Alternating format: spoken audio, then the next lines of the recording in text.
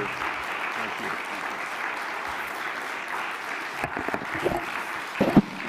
you. Wow. Wow.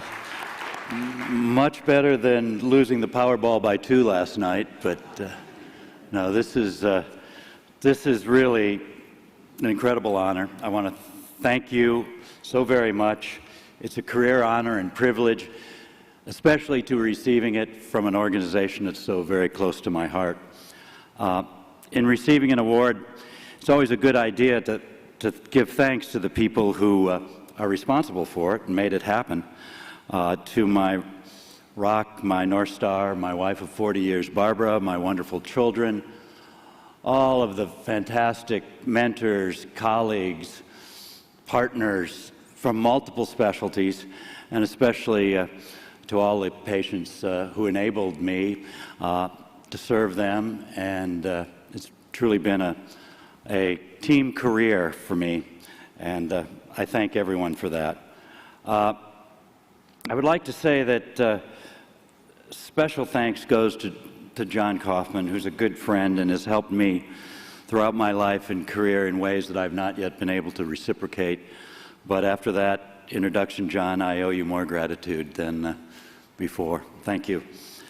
At this stage of my career, if I'm ever asked to give a talk, conference organizers usually assign me to a pigeonhole, and that pigeonhole is titled, I Remember When, the history of, looking back at, you know, those sort of things.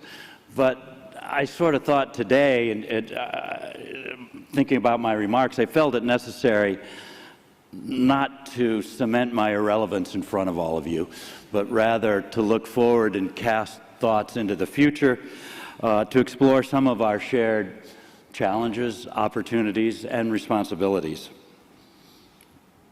So, we're going to talk about the future and the future of healthcare, workforce shortages, and teaching the next generation, preparing them to be the best physicians they can be.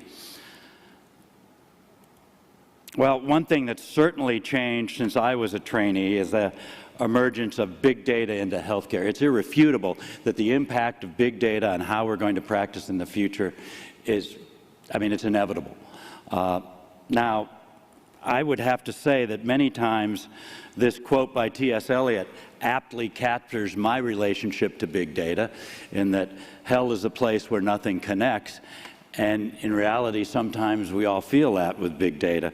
But I'm here to tell you that the 3 main thrusts in healthcare today and the delivery of services to our patients, digital health, big data, and precision health, do all connect. And they connect in ways that are very wondrous, and in the future will be very enabling to all of us.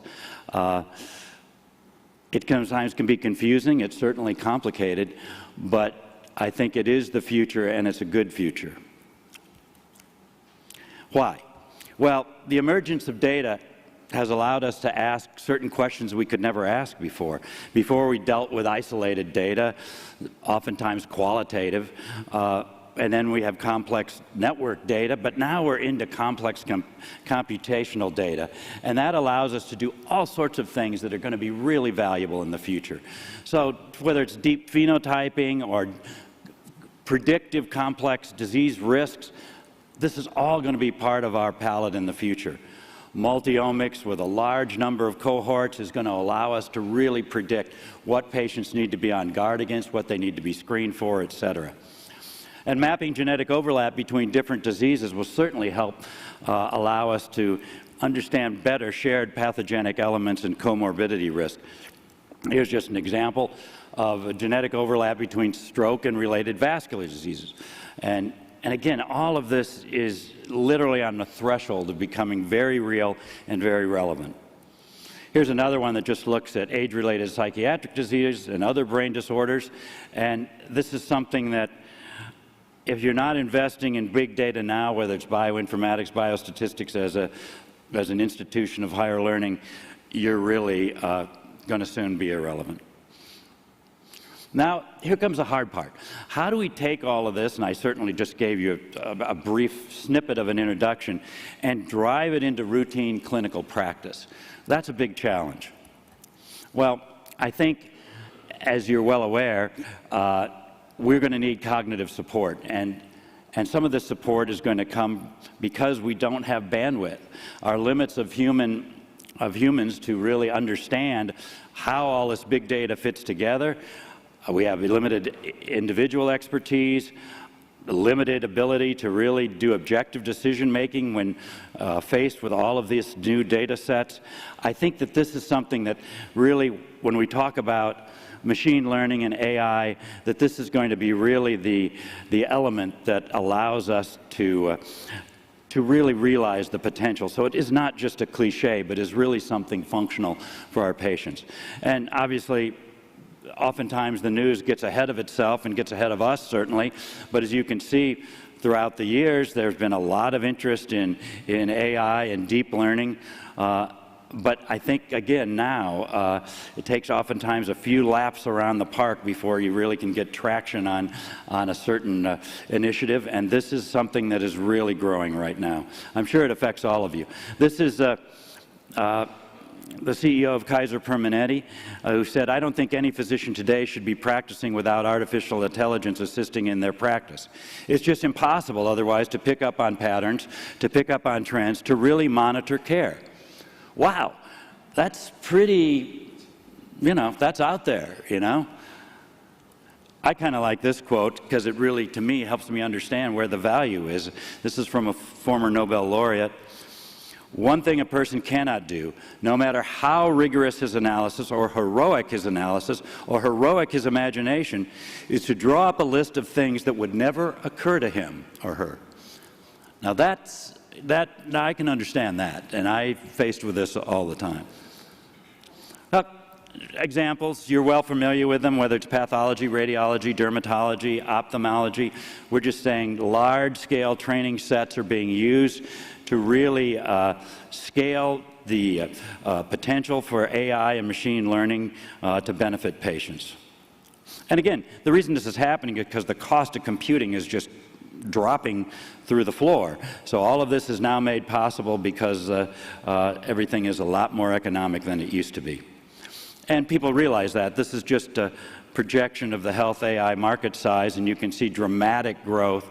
I would have to almost say this is a conservative estimate, but certainly this is one of the areas in medicine and health that is just exploding. Now comes the really hard part, and that is all this takes place, real-world data takes place in the real world. And that's an issue because we're on the cusp of every monitored event. Every individual, whatever they do, is a research asset. Every individual is their own control. And pretty soon we start to get a blurring between medical research, clinical care, and daily life. So we have to be very attuned ethically in terms of privacy considerations, but also aware of what the ramifications are when we go across that and really are monitoring people essentially 24/7. So, the future of healthcare, precision and digital medicine is going to allow us a lot of new opportunities, whether it's in remote monitoring of health status or deep phenotyping and risk profile. All of these things you see here, and I won't go through them all, but they're all things that are available now. And that produces big data. And big data, of course, is something that is a necessary evil to allow us to analyze and improve decision making and allow for clinical outcomes at lower cost. Now, as I said before, if this seems a little far-fetched or maybe something you really can't relate to, you have to understand that there's a digital Darwinism looming. If you don't understand data structure and application to improve decisions and outcomes, it's going to be bad not only for you, but it's going to be a necessary critical institutional competency that if you're not involved in it, you have to make sure the institution that you're allied with is. There are going to be major skill gaps and predicted personnel shortages. Obviously, if you've ever tried to hire computer programmers now, a lot of competition, extremely difficult to find individuals who are willing to come work for not-for-profit organizations, certainly institutions lacking adequate computational infrastructure and critical mass in data analysis are going to really suffer cognitive starvation and relegation to competitive irrelevance. Just shift gears to a second to education and how this goes into our education. As you're well aware, we all learn differently, but millennials, I would venture to say, learn very differently than we learned, and that's good. And so we deal with this every day in my particular position of thinking about new patterns of learning and new ways to educate trainees. Again, there has obviously been this transition in medical education in healthcare from essentially a science-centric route through this healthcare learning system I'll talk a little about, which still exists and is still extremely valuable, but we've added on to that the mastery of escalating complexity of this massive big data set and this network centricity that is important.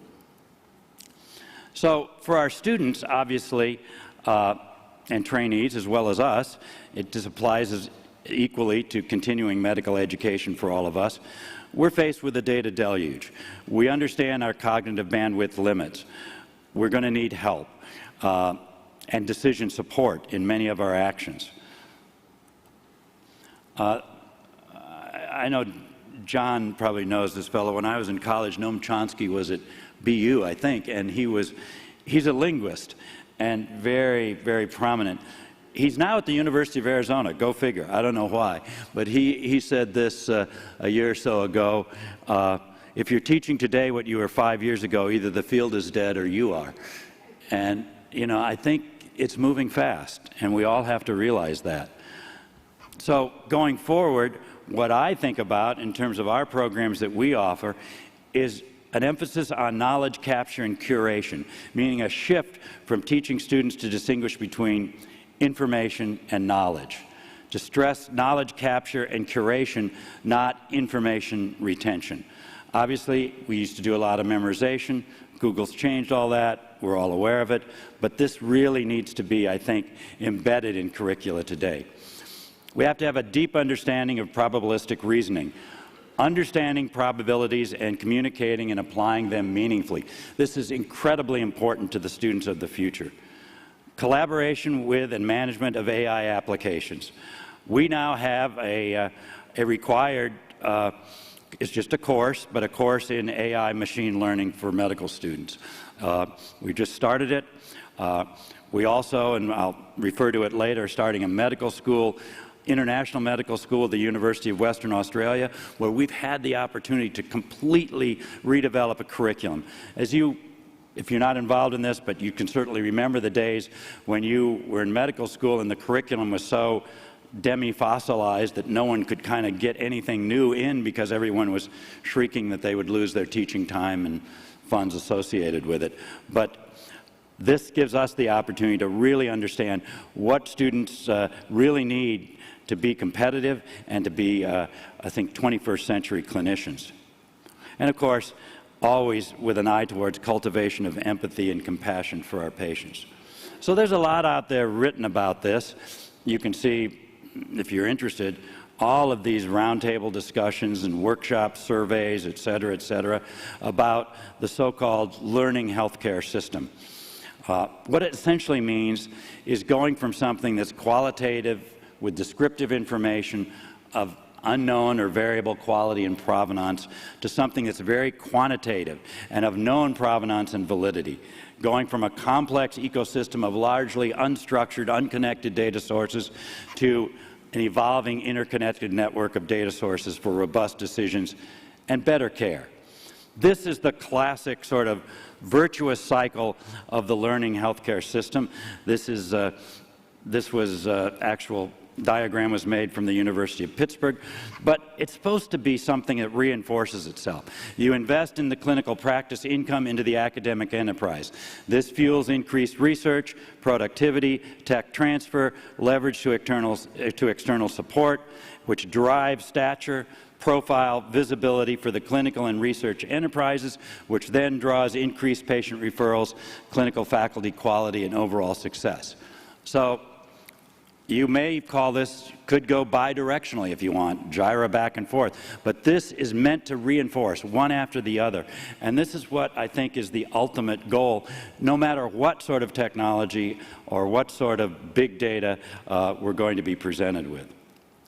So what can we do to ensure that we are responding to the 21st educational challenges? Well, we need to determine if our educational institutions are currently training students to be maximally effective as 21st century practitioners. Is your curriculum, or should it be, different from any other schools? We need to commit to reimagining every aspect of education and training. We need to identify strategies to overcome institutional inertia, which, believe me, exists, especially in this day when everyone, at least last year, was losing money and everyone is cost-conscious with wage spirals, etc. And we need to ensure that the cultivation of compassion permeates every aspect of the curriculum. So how will this help? Well, in the future it will help because it's going to enable us all through this sort of tripartite mission that we always talk about, to create a learning healthcare system that reinforces itself continually. And we need to make sure that all institutions, whether it's academic or private, make every effort to take advantage of the strategic synergies that can arise by creating this cycle of connecting research, education, and patient care. What about the workforce? Well, I can only give you the example, of Arizona, because that's what I know, and Arizona is the 4th state in population growth, and Phoenix is the #1 U.S. major city in population growth. But we have a tremendous shortage of physicians, nurses, advanced care practice providers, etc. Here it just says we're ranked 42nd in primary care physicians, a little better in total physicians, but we have shortages across the entire range of healthcare practitioners. So if you don't do something, this growth, as the state enlarges, the gaps widen in terms of our ability to provide care. We are the only public health care provider in the state. We currently have this deficit of 653 primary care physicians. By 2030, that will go up to 1941. Arizona is a big state. It only has 15 counties, however, and you can see these primary care shortage areas and colored by the percent living in a shortage area. We have some areas that are extremely rural, on the border, that really don't even have access to labor and delivery services. So how are we going to deal with this? Well, you have to look, as in any practice you're in or whatever situations, look at the cards you've been dealt. How can you best do it? Well, fortunately, we have this vast network called the Arizona Rural Health Safety Net that we direct. So the Arizona Health Education, the American Health Education Centers, there are each state has one, but Arizona provides 10% of all the community-based experiential health professional rotations within the whole country. And why? Because we have all of these healthcare safety net sites around the state with critical access hospitals, rural health clinics, and this is how we're going to improve not only education, but go on to GME in terms of getting residencies and trainees. We have over 104 students now on complete tuition-free scholarship for medical school because they're willing to go into a primary care specialty, loosely defined as one of 7 specialties, and give us a year for a year in Arizona. So if you want to go into OB-GYN and we're going to be medical school, you want to take 4 years, no tuition, fine. You owe us 4 years to work in an Arizona area where in a rural safety net. And now 104 students have taken us up on that. So what else are we doing? Well, we created a College of Advanced Health Professionals that includes, we started a PA program, a physical therapy program, nurse midwife program, it's the only one in the state, molecular medicine, genetic counseling, telehealth. They're all in this College of Advanced Health Professionals. We decided nursing is a huge shortage, and we have 2 nursing schools, one in Tucson and one in Phoenix. We've now also put a school in Gilbert. This Gilbert school is especially focused on something called MEPN, which is a master's exposure to the practice of nursing. Meaning if you have an undergraduate degree in anything, botany, retail marketing, whatever, you come, if you take this course, in 18 months you get a master's in nursing. We're constantly trying to look at how to accelerate the process of training the workforce and increasing the numbers. We're going to expand our medical school class sizes. I'll show you that. But we really want to emphasize interdisciplinary team care between our colleges, and we do that predominantly in a simulation setting. So we have lots of scenarios, whether it's a wildfire, a flood, a pandemic, where these groups can work together, and that's incredibly important when we're talking about rural health care. And we're opening this new international medical school at the University of Western Australia in 2024, which is going to start with 100 students. First 2 years in Perth, all the rotations for the clinical experience in Arizona. So we're going to double our medical school class to 480. So we have a school in Tucson, a school in Phoenix. They're both at 120. They're both going to 240. So that's 480, which compares with some of the larger medical schools in the country, as you can see here. So how is this all going to play out? Well, I don't really know, but I can tell you what kind of works for me is you kind of figure out the things that matter most and the things you can control, and wherever they overlap, and in this case you can see for me that's a kind of a small Venn overlap, but that's what you need to focus on. That's the key. That is truly the key. But sometimes, as I mentioned, especially with big data, you're going to be in doubt. But it's important to sometimes to stay in the conversation, to act as if you know what you are doing, and sooner or later you will. We're starting a huge program, pan-university now, that Health Science is leading with climate change and health. I think this is the next huge thing. A lot of funding agencies are now getting involved in this. The effects of climate change on health, it's a global thing. It's monumental, and there's a lot of work that needs to be done, not so much on the research side in siloed areas about malaria, which is siloed from dengue, which is siloed from something else, but how you take that research and are able to translate into policy so that you can press government officials, policymakers, et cetera, that these are facts, these are not predictions, and that facts need to lead to policy. So, for all of this, it's not meant to be at all upsetting. In fact, I think it's kind of invigorating, it's energizing. This is the future, and it's very, very bright. There's lots of things that you can work on, just limited by your creativity and imagination. So, in conclusion, we're clearly experiencing a period of great innovation. There are a lot of problems, I recognize that, and a lot of it has to do with the business of medicine, but it's not stopping innovation.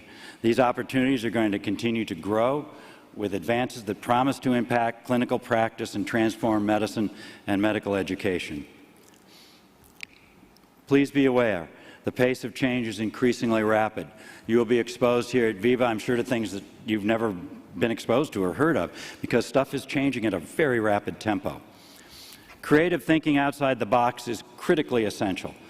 We try to do mashups between groups that aren't even seemingly have anything in common, because often that's where the magic takes place, at that junction between these two specialties. And the potential impact on medical care is enormous.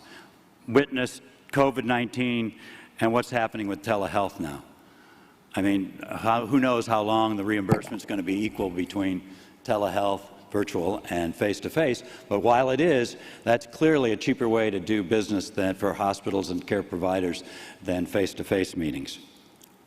And finally, don't ever forget to have fun as you prepare for these inevitable developments. Thank you very much.